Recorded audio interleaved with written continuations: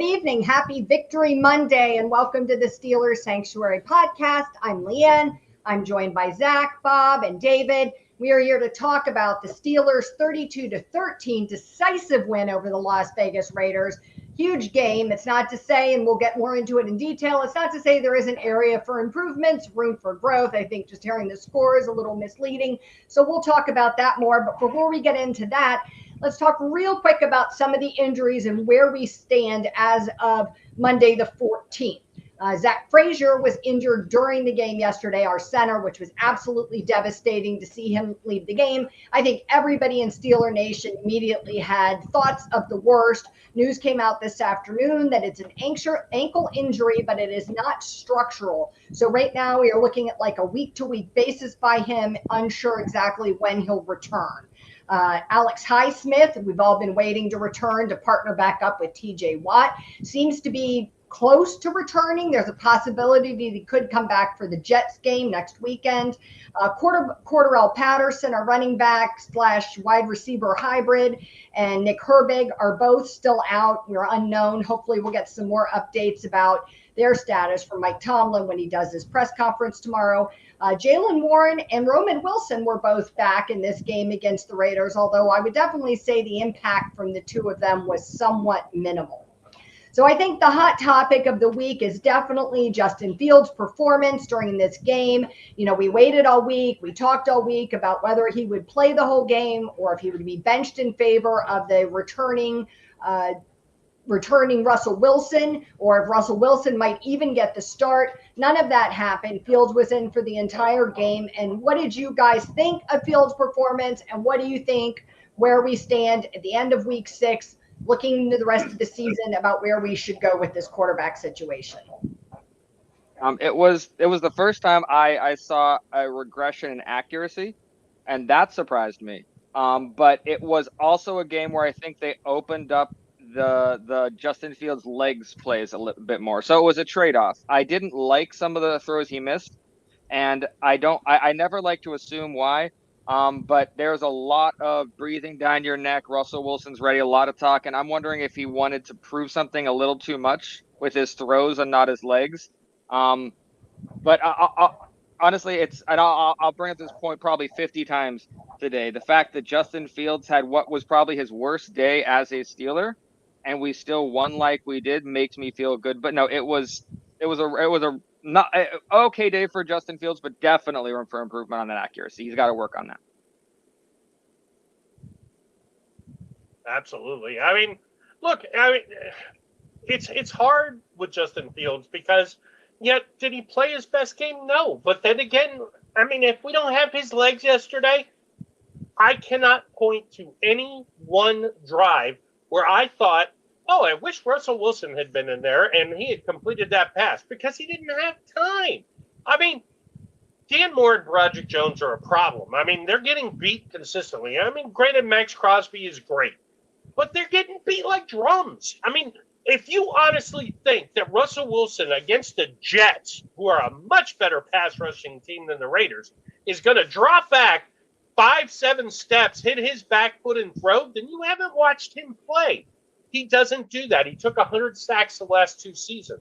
I mean, I don't get this fascination with, well, we got to see what Russell Wilson has to offer.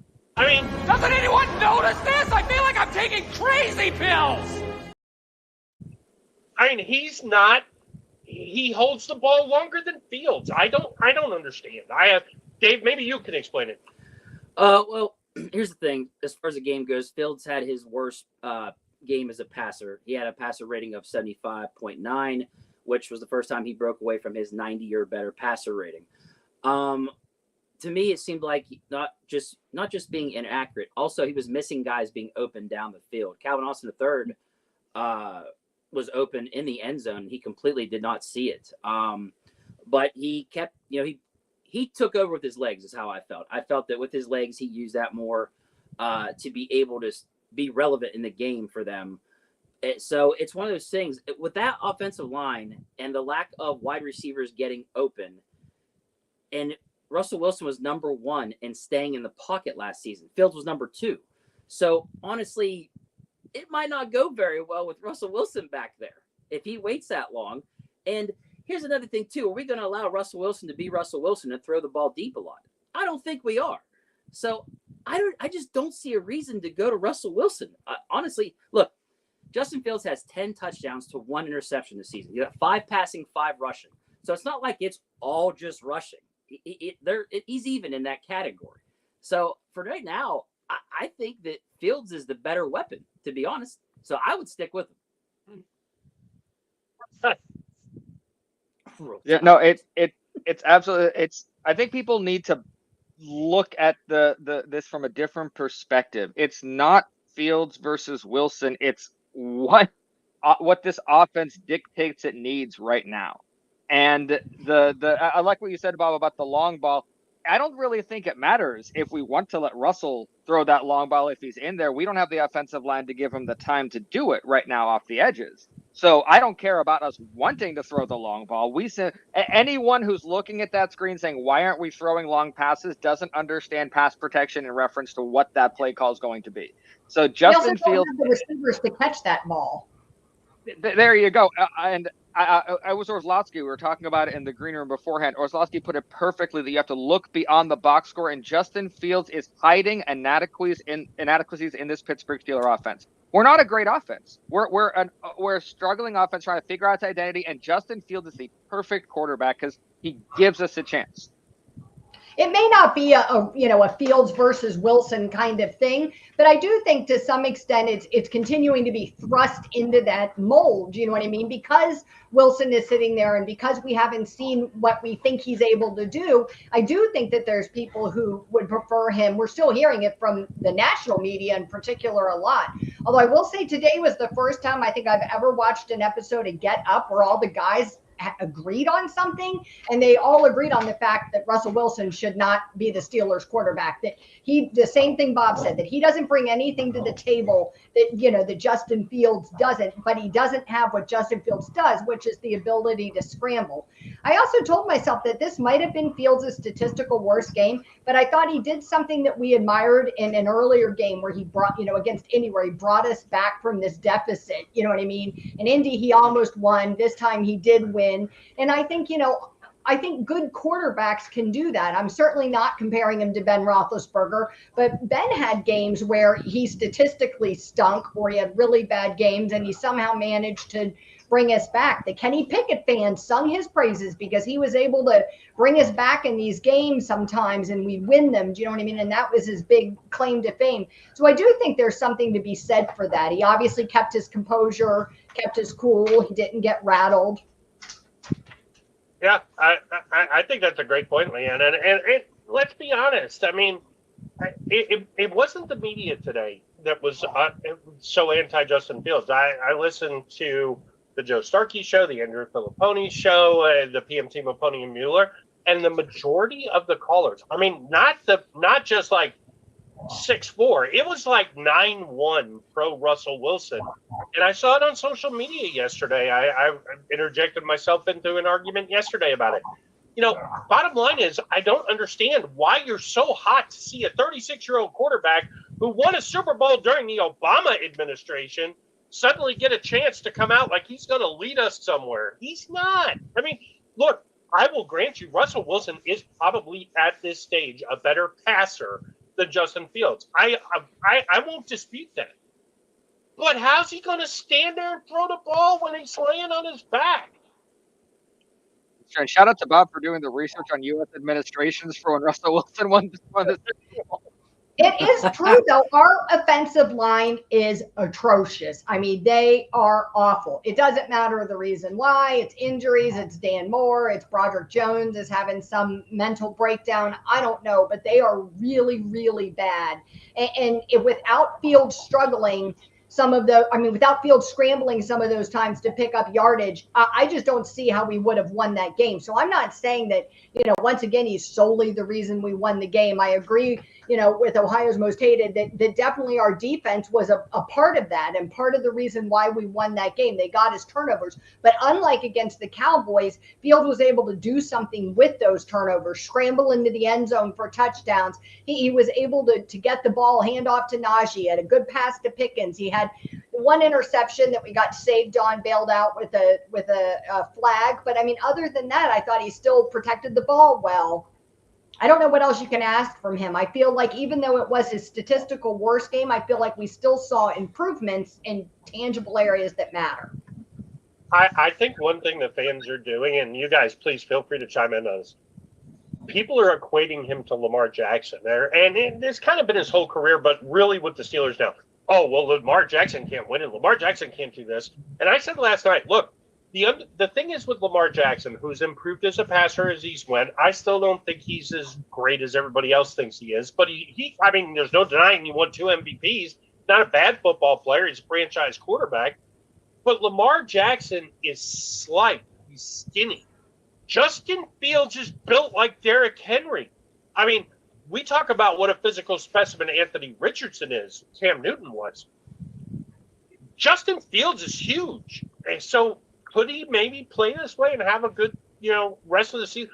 Look, if you told me right now we would win the AFC North, Fields would rush for, close to 1,000 yards, pass for 3,000, maybe throw for 18 touchdowns and run for 10, I'm in. And we host a playoff game, and I think we could maybe win it with Fields. Do I think that's the best strategy 5 years down the road? No, he's got to evolve. But, I mean, at this point, I got to deal with what I got. That's how Baltimore went to Jackson. Flacco couldn't stand back there. He was getting crushed. So they put Jackson in and went to the playoffs. I'm okay with it. I mean, what do you guys think about this? I really hope that the entire Steelers coaching staff understands what happened this week. They have the foundations of a blueprint. Now, this is how this team can win going forward. Now, a lot of things need to be fixed in that blueprint. There needs to be tweaks. There need to be additions. But if they have this kind of game, if they can control the game like this and get the kind of game out of Najee and all that, this is how we can win football games. And a lot of people are talking that even against upper echelon teams that like the Christmas Day game, if we play this kind of game, we have a chance because we're not going to win shootouts this year. We're simply not. We can score 30 in our own way, but we're not going to put 51 up on a team if we need to. So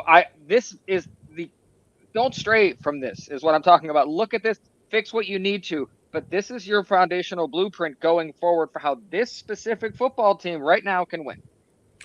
Here's my thing.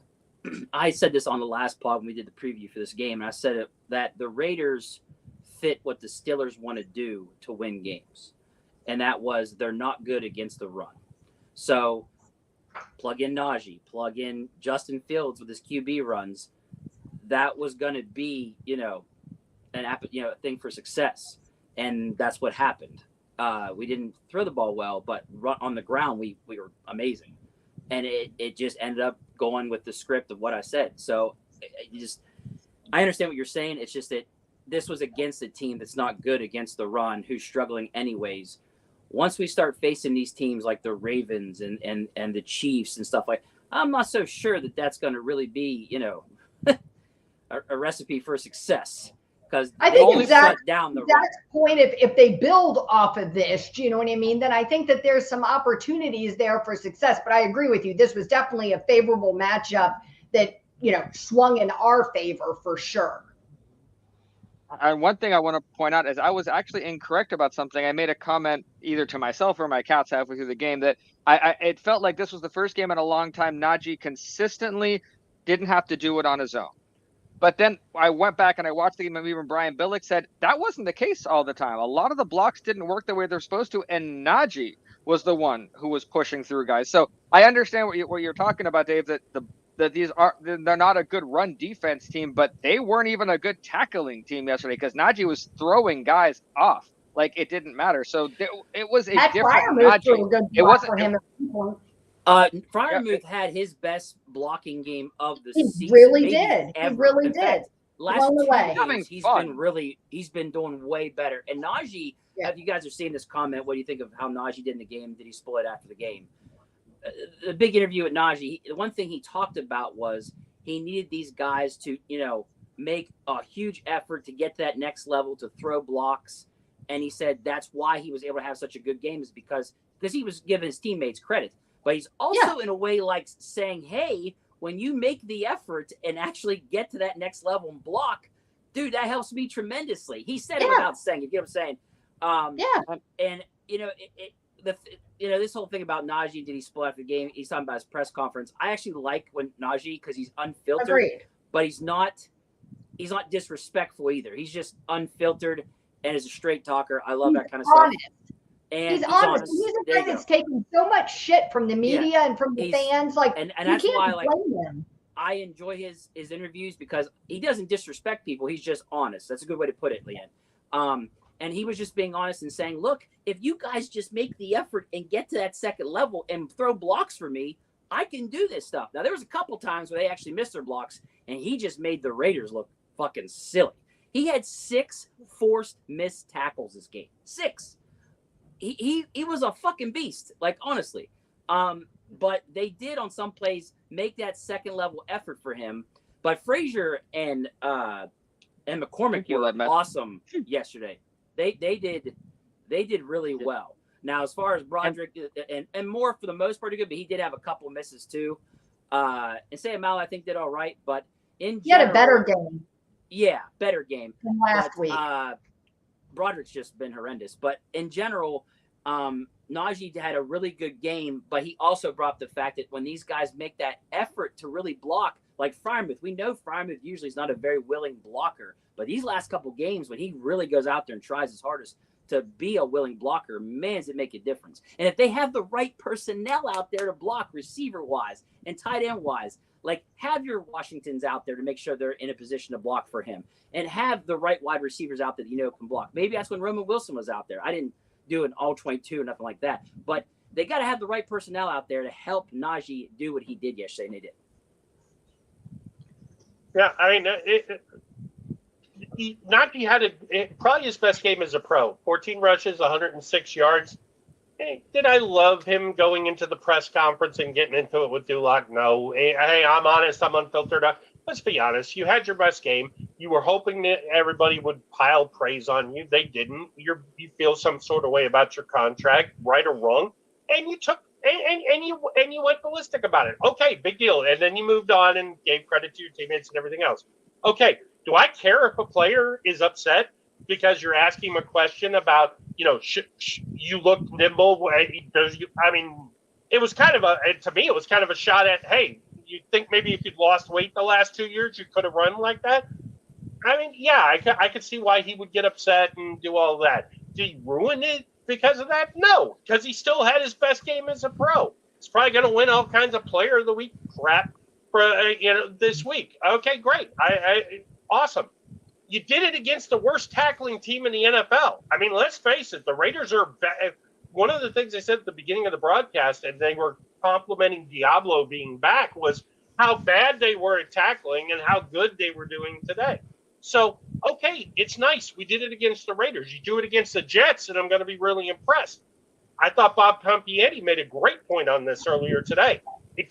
This great game doesn't wipe out the last 2 games where against 2 of the other worst run defenses in the NFL, you ran the ball 27 times for 61 yards. It's great that you had a great game. Now do it against the Jets. You get paid to have great games. Have great games all season long. I love that Najee had a great game, but I will vehemently disagree with that, because if it was any other football team, absolutely, it doesn't erase those 2 games. This football team needed to show that they could stop a losing streak. They could not play down to a football team, because we said the exact same thing against the Colts and the Dallas. Oh, this is the game that we should go into. We should win. We were set up for this, and we have to stop moving the goalposts on this Pittsburgh Steelers team, because this is a game we did not win in the last 3 or 4 seasons. Back to Ben Roethlisberger's last year. We didn't win these kind of games. So let's appreciate it just for a moment that this was growth. It might not have been our best team, and that might even be better. It was not our best game of the season, and we still didn't play down to them, because it would have been – and it was the Raiders. We play weird games against the Raiders. So there was monkeys off of the back that now, I agree, Bob. I need to see it moving forward. But to me, this did get a lot of the taste out of the mouth of those 2 games out, because they're like, that's not us. We proved that we that's not us. Now, if they lose against the Jets, it is you. But I truly believe this was growth for this specific football team. Did you guys know that he had 84 yards after contact yesterday? Yeah. Steeler really fans good. love to be miserable. When they decide they dislike a player, I don't care who you are, Juju Smith-Schuster, when they decide they don't like you, then they're going to put all their energy into everything you do wrong, and everything you do right is going to come with a caveat that you should have done it some other time in some other way. Do you know what I mean? But if you were one of the chosen ones, then I feel like, this is met with a totally different energy. And I'm just not here for it. I'm tired of it. I listen to fans all day today give more credit to Robert Spillane in a game they lost than they gave to Najee Harris in a game he helped us win. Yeah, I'm the opposite. I try to not get too favorable to a player as well. It's like that balance. I try to find that balance between. I try to be realistic. Do you know what I mean? There's a realistic because in the middle. Like do you know what I mean? I feel like the media. Because I feel like the mainstream media gets that way with players. Like they don't like certain players. So like as soon as one little thing happens, man, the knives come out and they just hammer them. And it's or just like, love dude, them. Look at Josh Allen. Do you know what I mean? They're performing well, and he can do no wrong. Right, and that's my whole point, Leanne. Is for me personally, I try to find that balance because like I've defended the Russell Wilson signing when they went and got him. I defended him and how he did last year compared to the year before. But then, look at me now. I mean, Fields, I'm saying Fields should be the guy because I try to find that balance, and you just don't get that with a lot of people. You got your defenders that he can do no wrong, and then ones that all he does is do wrong things. And it's just like, no, and we gotta find the middle of the road here with this stuff. But as far as Najee goes, like I said, the stuff with the media, it's fine because this has always been Najee. Najee was like this last week. Testy with them. He's just, you can tell he's just uncomfortable in front of those cameras in them. And he's just a certain way. He's just a certain person. He loves to cuss. He loves to talk the way he talks. I know I'm the same way. And, he's just hard for him to filter. Yeah, I don't even blame him. I kind of like it. I mean, look, you're unhappy, then say it. I'm okay with it. Don't hold it in. Come out to the press conference and say, I put my best effort out there. And the next team that signed me is going to love me. Fuck yeah, Bob. Let's be honest. Everybody has hated Najee. Not everybody, because I like Najee too. I'm not Zach on Najee, but I like Najee too. Everybody's hated him since they made him a first-round draft pick, and he didn't turn into the second coming of Jerome Bettis, Frank Harris, Jim Brown, all rolled into one. He's not Derrick Henry. He's never going to be Derrick Henry. And I think that's what we were expecting. And I think it's just like Fields. This wave of hate for Fields. Why? Why do we hate these guys? I mean, who's the only guy on the team at this point who we universally love? TJ? Maybe Zach Frazier? And Leanne's absolutely right. It's almost like every segment of the fan base picks a guy to hate. Yeah. I see the Patrick Queen hate. I mean, I don't get it. I mean, he had his best game yesterday. We should be ecstatic about Patrick Queen. But I guarantee there's still people out there saying we should have paid him $14 million. With Najee Harris, I think people are mad that we drafted a running back in the first round, and it almost wouldn't matter what he did. They're never going to like it. If he didn't run for 80,000 yards a season, then they're never going to like him because they want to be mad about it and they want to be proven right. They felt like there was somebody else that we should have chosen. Also, it's our fault because we titled him as the next Derrick Henry. That's on us. Good point. Didn't say Great that. point. We did.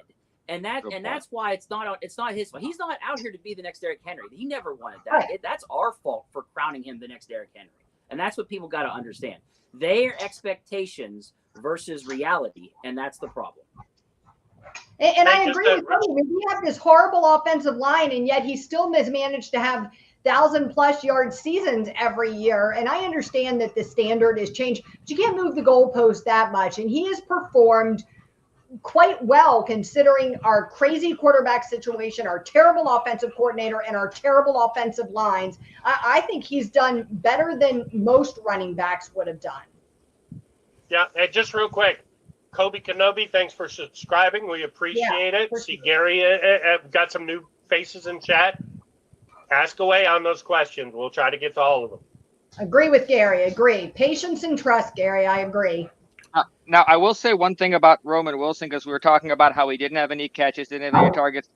There were, I think, 2 plays where he was, it impressed me because he's a young kid who has been working back from injury. He's finally on the football, and the first thing they ask him to do is block. And he does it with passion. It's like that's what he's been. He doesn't care. So I don't care that he didn't have any catches or targets. He likes to block, and we need that. And he's not that big of a guy. He only played 6 snaps. Yeah. Yeah, but he did it so well they went right back to Scotty Miller blocking. Exactly. The block that I was talking about, he hit 39 so hard that even though Najee ran into them, the block was so good, Najee just ran around the block. Right, but that gets back to my point, Zach, of them putting the right personnel out there. That's why they needed him out there 2 games ago. But he needs time to acclimate. You got to get hit. Like, that doesn't happen instantaneously just because he's healthy. Do you know what I mean? You got to get knocked around a little bit, to be ready to play, I think, almost every offensive snap in a game. And so I think they're building up his stamina. I also think that's why there's so many injuries in the NFL, because they got away from the wearing pads in practices. Because I forget who it is in the Steelers that talks about that all the time. Craig Wolfley, and there's somebody else that talk about that all the time. How they didn't used to have all these ACLs and Achilles injuries because you used to get hit. It's tons of injuries because they don't get acclimated. Basically, I'm compounding on your point, Leanne. Is that that is true.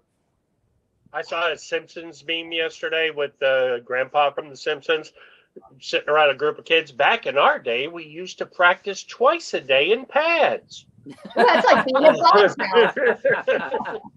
Yeah.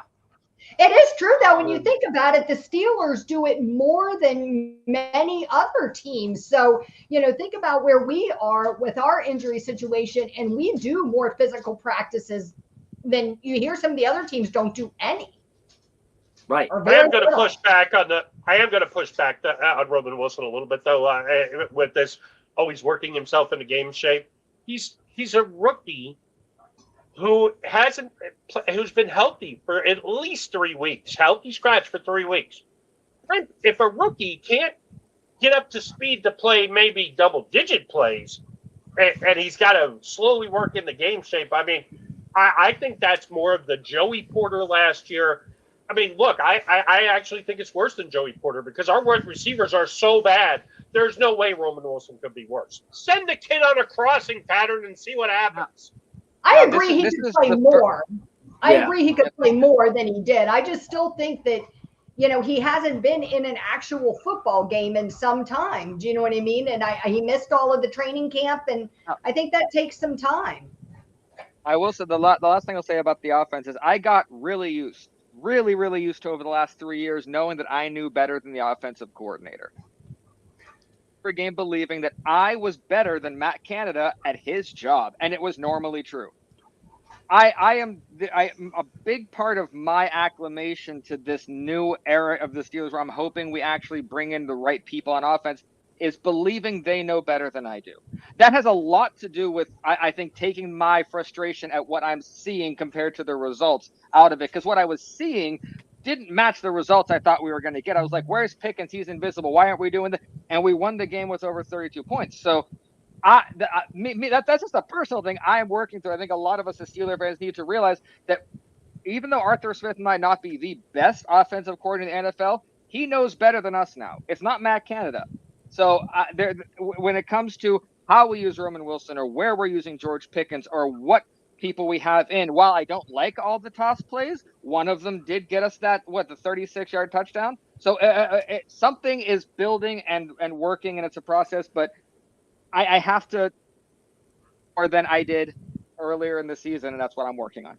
Another thing about this offense, too, that shows that they did do better was the fact that for the first time since the Chargers game, our 2 leading receivers were actually wide receivers.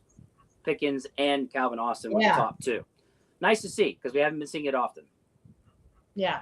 So let's shift just slightly and look at the overarching picture of this game. So we won the game, we won 32-13. And I think if you are David and you went to bed yesterday afternoon and you missed the whole game and you woke up this morning and you saw that score, you thought, woohoo, it's a big win. And it was, but to me, it still felt like that ugly kind of win. It didn't look, for the first time in a long time, I will say, I wasn't sitting on my couch cursing and slamming my terrible towel, into the ground in frustration for the last 5 minutes. But it did still have that ugly win feel to it. There was mistakes, as we've talked about, on both sides of the ball. What do you guys feel about that? Do you agree it was an ugly win? How do you feel about ugly wins? I know everybody keeps saying, I saw Jennifer brought it up, or somebody brought it up, that oh, here we go. Wasn't Jennifer, that the Raiders are the most talentless team in the league. And I agree. But, look, we lost games to the most talentless teams in the league before. Do you know what I mean? So we talked about this last week. Like, we can't do that again and we have to win, and we won. So do you feel okay with stealing that kind of ugly win, or do you feel like this is almost a loss? As a snapshot, I feel very good about it because that's what we needed in the moment. But now we move on, and this is where we get to move the goalpost, and it's legitimate. We got that. Monkey's off our back. Hey, look, stop the streak. We don't play down to someone. Now it's let's beat these next two teams like the teams they are. Let's go into both New York teams. We welcome the both at home, and both primetime games. If we go into the bye week 6-2 beating both, I don't care how ugly it is. That's going to mean something. So ugly wins right now I don't care. Tom, style points don't matter to me. They do not matter. Staying healthy and winning matter to me. For me, one half was the same and the second half was not. The first half was the same thing. Conservative, keeping Justin in his tiny little box, not letting him get too crazy with throwing deep passes. And the second thing that was constant was that Broderick Jones sucks. Those two things were the same for me, and that was what was frustrating. It was the same old conservative Tomlin and Arthur Smith bullshit in the first half, along with Broderick Jones. It looked like somebody turned his controller off because they'd hike the ball, and sometimes he just stood there like he had no idea what the fuck was going on. That was that one with the game. That one play on social media is it's wow. Bad. And so then you get to the second half, right? And all of a sudden, boom, we just start putting up points. You're like, whoa, okay. And they're starting to let Justin Fields really be Justin Fields. And you're like, all right. But for them to put up as many points as they did, on top of the defense just constantly getting turnovers, that's what made it so nice. The second half, I wasn't stressing out. I was chilling like, man, this is great. That was what was different in this game. But the first half was still the same. It was still the same shit that it's always – it's that conservative crap about not turning the ball over and protecting it and all that stuff. But the rest of it was awesome, and that was what was nice. I didn't have to stress out over this in the second half. I'm always optimistic how the Steelers can win, but I gotta be honest. When it was 22-7 and they had it in the red zone before TJ punched the ball out again, I was a little nervous. I was like, "Oh no, here we go." And part of that is because look, I've been watching the Steelers for 50 years. It's how we play. It's how we've always played. I mean, yeah, Gary's 100% right. Yeah, we play close, ugly games. With the exception of a little bit with Ben, a little bit with Neil O'Donnell, a very little bit with Neil O'Donnell, a little bit with Bradshaw in his MVP year and the Rams year. I mean, for the most part, we play ugly, close football games that we like to win 13-10. I mean, unfortunately, that's not the NFL anymore, so it's been a bad 5 years. But, maybe, I wrote today that the Steelers need to embrace the youth on offense and try to develop something going forward that, who knows, maybe we can start winning games like this I didn't know what to do. We're up 2 touchdowns, 3 touchdowns. I didn't know what to do myself in the fourth quarter. I thought I should take a nap at some point.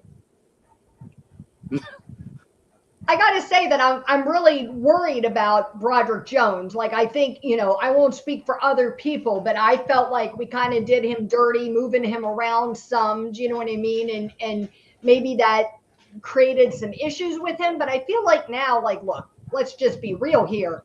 The spot is yours. Do you know what I mean? Everybody else is injured. So nobody's knocking on your door to take your spot away.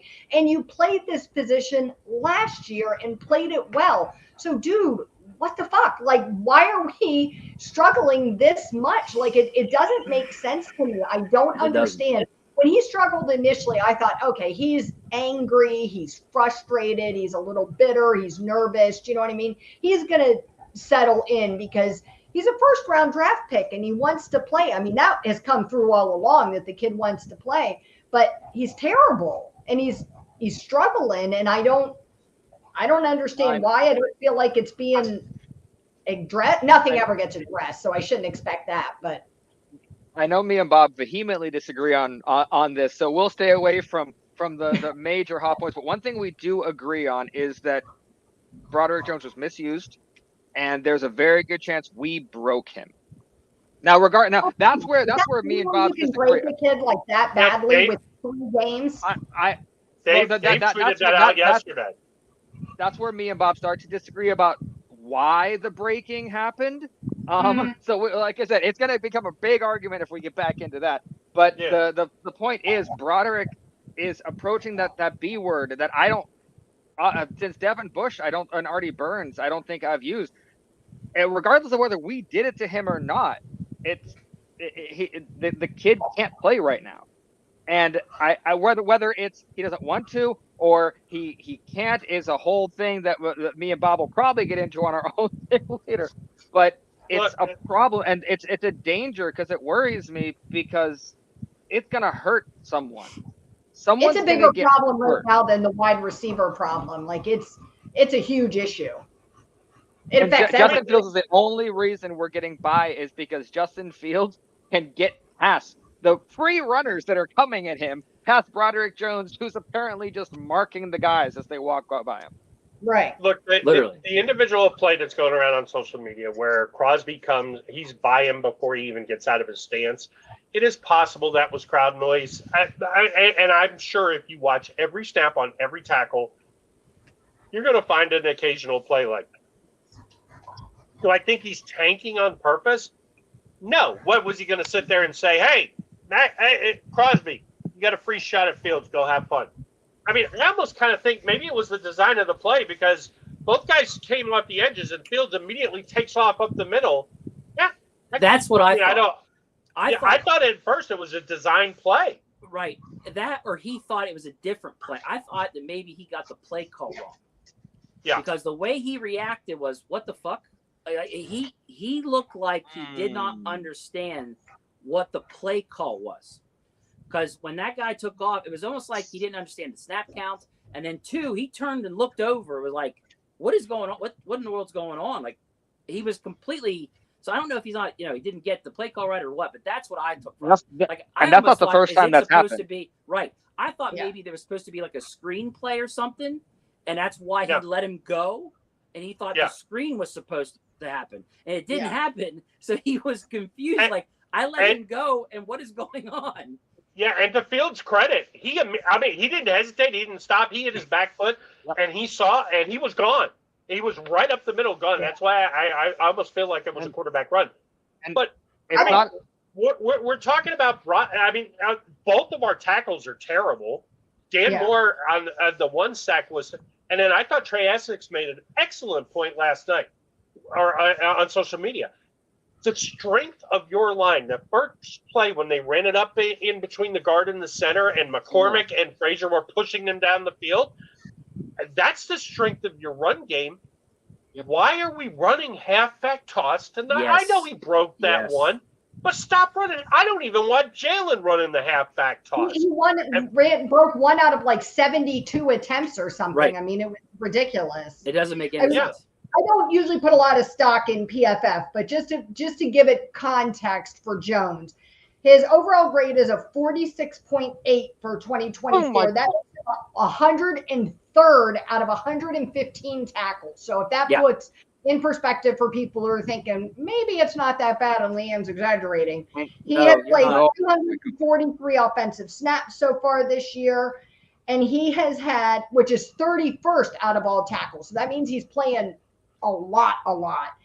He's had 5 penalties, which is 104th, and he's had 5 sacks allowed, which is 114th. So I mean, this is, you're looking at the T chart, like he's playing a lot and he's screwing up a lot, and it's hard because I feel like he performed last year, so it's not like it's hard to call him a bust when he did it. He was the number one ranked worst tackle yesterday. Yes, he's number terrible. 1. And then I saw 74th out of 79th overall for the season too. So I just he's been horrible, bad. Maybe he's looking at it going, the Steelers value that, because you know who the worst tackle in football was from 2021 to 2023, all 3 seasons combined? Yeah, Dan Moore Jr. Dan Moore Who's Jr. playing left tackle. So the Steelers value terrible tackles. Yeah. This normally gets a offensive line coach fired, but here we are. Not in Pittsburgh. So I'm concerned. That concerns me. I don't quite understand, what's going on with him. So yesterday, the defense, they got off to a slow start. They initially allowed the Raiders to drive down and score. I think we were all like, what the hell is going on? And then they managed to readjust and come together. I heard TJ said after the game that Cam Hayward went off on everybody after that initial first series, and it felt like the defense kind of got their act together. They were shorthanded. It was not a perfect performance, but it was the second week in a row that they had 3 turnovers, and all in all, played a pretty decent game. What did you guys think of their kind of shorthanded performance?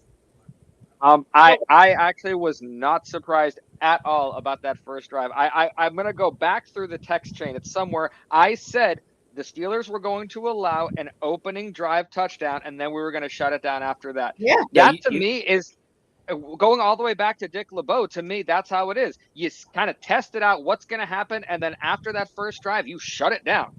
Whatever happens on that first drive to me is inconsequential, because even if they score, and smash their dreams.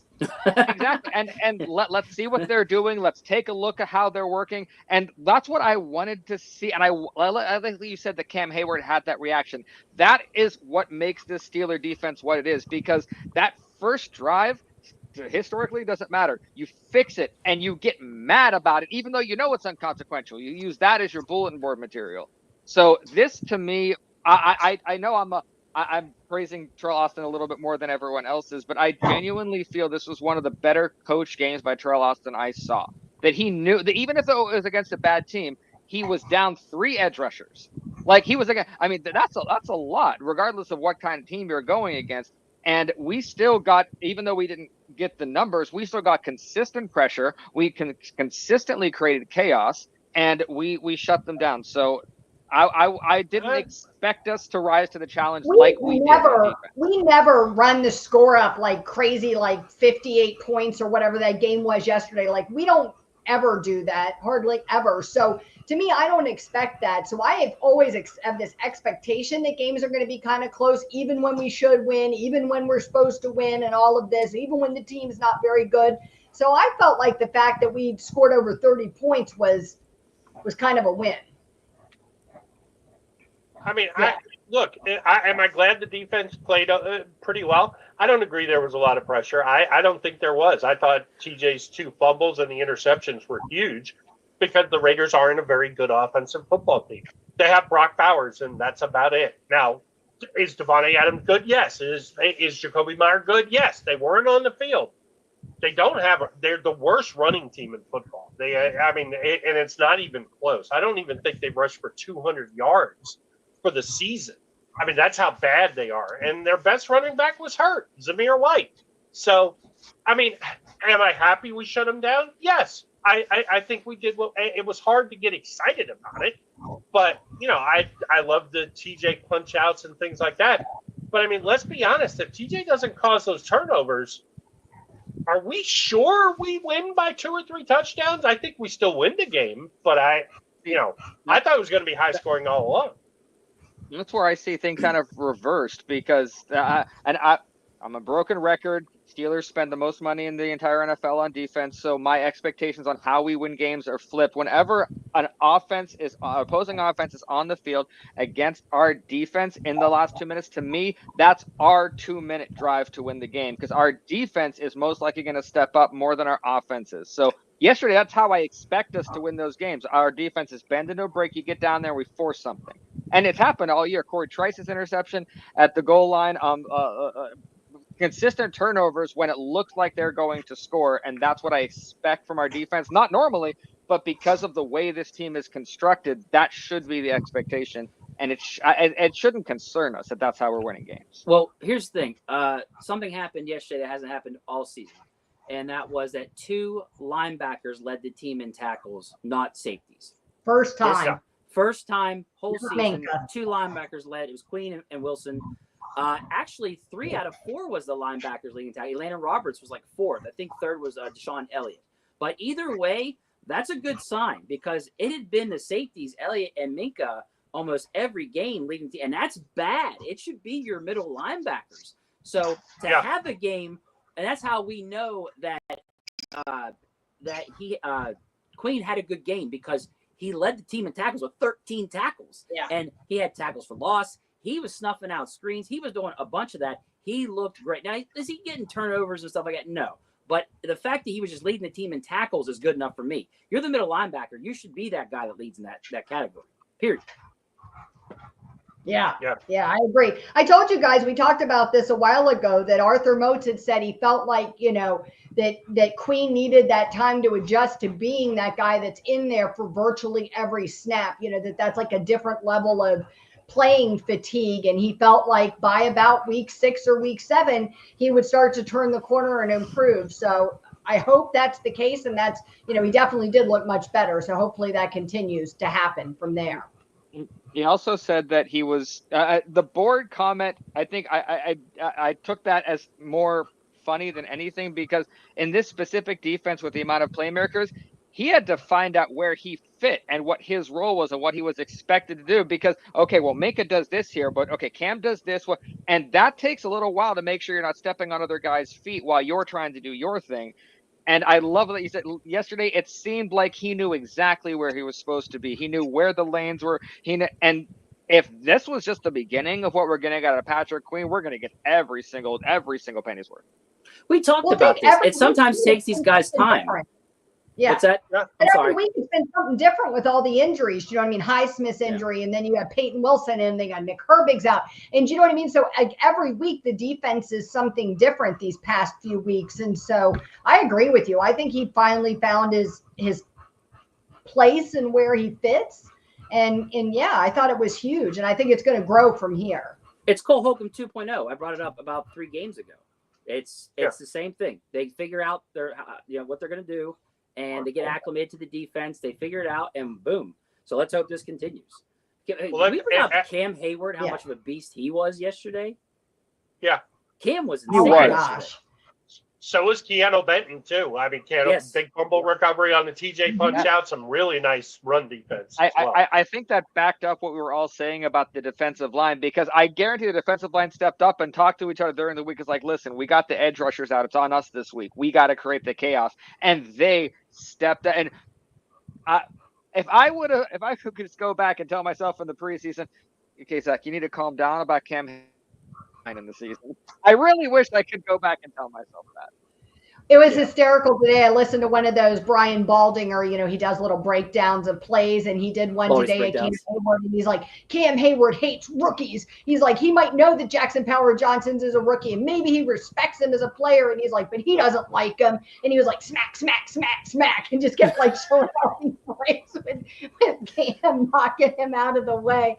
And he said, he's like, he's going to turn around in a year and hear that this was this kid's welcome to the NFL moment, having to go up against Cam Hayward, getting manhandled by him. And I think we knew it was a mismatch. But look, knowing something is a mismatch and seeing the Steelers put that in action, even looking at TJ not having a great game last week, do you know what I mean? I think, at times, I think puts that stuff in perspective. Yeah. And I think TJ made a good point today. Say, look, if teams want to run away from me, and design their offense where I cannot get sacks, they can do it. But I've got to figure out a way to impact the game in other ways, and he did that yesterday. So then again, maybe we'll see the TJ in coverage guy. Yeah, it allows those other guys to open up and kind of make plays. So what else about this game? What are we forgetting? Anything else you guys feel like you need to get off your chest? You need to vent before you need to give credit to? McCollum, great job not missing a beat when he came in for Frazier. I'm not going to say I couldn't tell, but it was such a small difference between the two. So really, really impressed with that kid. It makes me feel good about our depth at center if Frazier is going to be out a week or two. For me, I thought with the defense, I thought that Moon actually did okay. I think we talked about this when we were pre-showing it up there a little bit, that Moon actually had a decent game. As far as a guy coming in as the fourth string, whatever, he did apply pressure. Seal the edge, he was okay. But I thought that Moon, for the most part, did fine. Blocked that punt, right? I mean, that was amazing. Yeah. So huge. He had an impact in the game. So I thought Moon did fine. Beanie Bishop, I thought he had a better game as far as snuffing out that screen. It seems like downhill tackling, he's really good, but he still gave up a touchdown. He got burned on that TD in the second half. I want to see him do better, but I can't wait for Cam Sutton to be back. Hey, shout out to Chris Boswell. I mean, if he's not he should be the AFC All-Pro or Pro Bowl kicker. I mean, I don't know if he can beat up Brandon Aubrey for All-Pro with that huge leg that he's got, but I mean, Boz is up to like 28 straight field goals on the road. I mean, he's the best kicker from past 50. I mean, the guy's just amazing. He's phenomenal, and he doesn't get any of the national credit. They talk about guys like Aubrey, Justin Tucker, and Boz's name doesn't come up nearly as much as it should. We appreciate him here in Pittsburgh. Let's give him a little national love. Make him the first team All-Pro pick. I have a couple more to bring up. Dante Jackson. How about him? Another game, another interception. I thought that was impressive. Also, after the game, he talked about their preparation, how they were really held each other accountable and really worked hard this game. The realist in me is like, that's boy, I got roasted on Twitter for saying I felt like we won that trade. Yeah. I thought that was a great article, by the way. Game for saying I felt like yeah, they were wrong. That was a great article, and that's exactly right. Yeah, I saw that today. Yeah. There's been a lot of arguing over who won this trade. I'm not there yet, to be honest. I tried to tell somebody it doesn't. Go ahead. I was just going to say that, like, for me right now, I'm happy with him, though. Like, I'm not ready to say we won the trade. It's just that I'm happy with Dante Jackson. He's not a liability out of there, and now he's starting to get turnovers. So it's like, okay, I'm not feeling like we lost the trade. Yeah. I'm not ready to say we won it. But the fact that I'm happy with the guy is if you looked at his stats from the last 3 years, you'd be like, fuck, why the fuck did they make this trade? But at the same time now, you're like, okay, when he came in. Yeah, that's exactly what happened when he came in. Everybody looked at those stats and was mad. And look, I'm not taking anything away from Deontay Johnson at all. I wasn't a Deontay Johnson hater when he was here in Pittsburgh. So I'm not saying anything bad about the guy, but I don't think it was a good fit here anymore. Do you know what I mean? I don't know why that is. I don't know what was going wrong. Do you know what I mean? I don't know what the issue is, but it wasn't working anymore. And so to be able to trade him and get somebody that's able to come into our team and be productive is a win. It doesn't have to be about 10,000 interceptions or whatever, or how well he's doing in Carolina. I'm glad he's doing well. It doesn't take away from that. It just means that we didn't get the shit end of the stick on making that trade. Before you guys joined us, me and Dave did a pod, and I remember telling him that my hope was that in Carolina, he was just trying to do too much because of how bad the defense stinks. And I was hoping when he gets put on this bazillion-dollar defense and he doesn't have to do too much, that he could flourish. And honestly, it's starting to feel like that's kind of what's happening. And I really hope that is. Now, final shout out that I'll give really quick. Just I don't think I've ever done this before, but I want to credit the commentators of that game for one thing. I don't think I've ever heard Najee getting shouted out for what he did behind the line of scrimmage in his rookie year. And they said, I remembered Najee's rookie year, and we were like, look at those 3 tackles that he shoved off to get back to the line of scrimmage. And so Najee got that credit for the amazing work he did, despite the fact that he didn't get the incredible numbers and accolades he should have. I didn't expect that from a national, from guys. So shout out to the commentators. I normally slam you. Hey, it's my mother. Oh, hi, Zach's mom. Oh yeah, my mom was on a plane coming back from Houston, paid to get streaming just to watch it. That's awesome. I love that. That's Nice. the most. And was thing ever. rewarded with a victory on the plane. All right, I just have to say from now on, Miss Franciscus, you have to be on a flight watching all Steelers games for the rest of your life. Like, that's the way it works. I don't make the rules, but apparently that was good luck. So Just we'll have to on all Sundays, chip my in mom's for just going to be your flight. circling in a plane above Yeah. a city. Circle around the city a I little hope she bit. has like 3 good paying jobs to pay for those flights. We need her. Yeah. Hey, one other thing I wanted to bring up before we're done was the fact that George Pickens had a little case of the dropsies yesterday and still led the team in receiving. I thought that was also another interesting And tidbit. Was that- smiling. What's that? And smiling. He was Yes. smiling. He got 8 targets. I mean, they did target him quite a lot. So, but I just Hey, he had a couple drops he should have caught, and then he still had the his impact. snaps And still was led back the team. up. But he was only officially, though, he only had 1 drop according to the Pro Football Reference. So Right. there were a One? couple of balls that he only had 1. He's only had 2 all year according to Pro I Football counted Reference. 3. One I didn't think was really his fault because it was a really tough catch. But there was one in the end zone, and I thought there was another one. I thought there was Another 3 The one too. in the end zone is Yeah. the one in the end zone is the one they counted as a drop. Okay, That one that Okay. hit his face mask and that one. That's the one. sideline catch.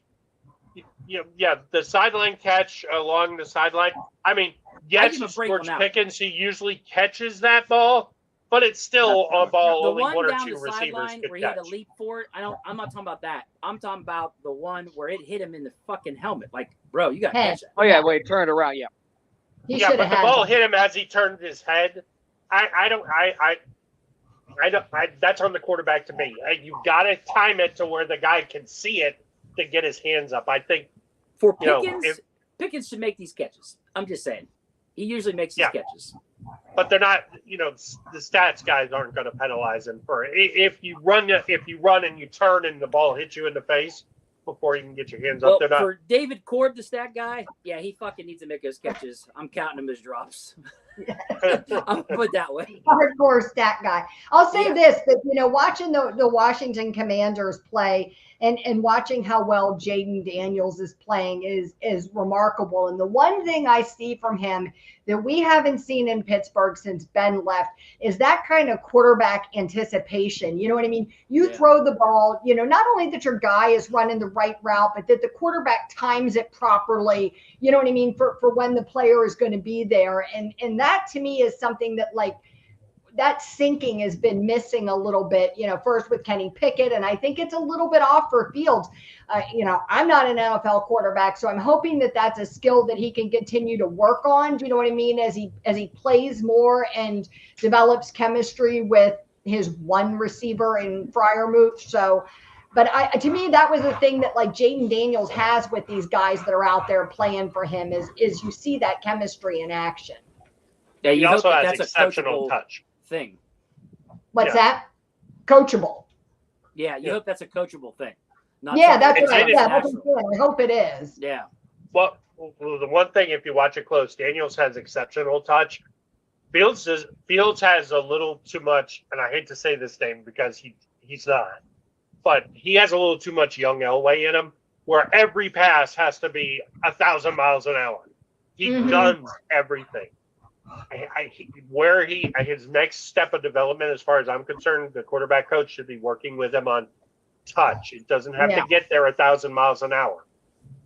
I think that's really valid, and I think he can do it. I know a lot of people keep saying, well, he's not a rookie and we shouldn't be judging him, based on some standard like that. But I feel like you almost have to discount some of what happened in Chicago because they were so messy and dysfunctional. Do you know what I mean? How do we know what really happened there? He wasn't at a team where he was getting really outstanding coaching. Like, I think you can say Russell Wilson spent his career with teams. I mean, obviously he's been around a lot longer, but in teams with solid coaching. That wasn't the case for Fields. And I think that makes a big difference. I admire the young man's stick-to-itiveness and his lack of fluster. Do you know what I mean? We saw Kenny Pickett get flustered and upset last year and look agitated and angsty, and you just don't see any of that from him. Justin. Even when we're down, he looks very calm and mature. And I really respect the way he's playing. I know it's not perfect and there's work to be done, but I feel like we have something we can build upon. And I also wanted to say, glad that we targeted Pickens yesterday. I felt like that was the right thing to do. I felt like he got his punishment the week before with his reduced snap count. And if you're going to keep him on the team, then you need to play the kid. Otherwise, trade him or do whatever you got to do. But we don't have any other wide receivers to keep giving him 12 snaps a game. Yeah, I want as many targets as possible to Pickens. There's no doubt. You are 100% right, Jennifer. We mentioned this earlier. The past 2 weeks, I think David said, has been Muth's best blocking games this week. I think that's hard to dispute, like his whole career. So he's obviously been working on that. He talked all that talk about how he goes out there and blocks his ass off or whatever every week. And so I guess he figured he really better bring it. Yeah. All right. Any final thoughts? I'm hoping for 2 more ugly wins because the real season starts in week 10. And I want 6 wins going into that. I don't think that's greedy. I think that's realistic because a reminder to all Steeler fans, it's going to be worse than you think. No matter how difficult you think it's going to be more challenging than you think, even if we win the games. So just be ready for that. And it's going to be documented at the same time. So if we lose, you get to see on TV. Zach, thank you so much. I have been saying this for 2 or 3 weeks now on Twitter, and I'm Mr. Negative. I've been saying it. They got to go 6-2. They got to go 6-2 going into the bye, or they're in trouble. I've been saying it. I'm glad somebody else supports it as well. Yeah, I agree with Jennifer on that. Got to shake him up a little bit. These are winnable games based on what we did in Las Vegas. So if that's the real us, 6-2 is not just achievable, it's incredibly realistic. Yeah. We will be back at the end of the week to preview the Jets game and talk about shaking up the diva Aaron Rodgers. Go ahead, Bob. Don't forget about the good and the bad and the ugly tomorrow. Yeah, I was going to say that.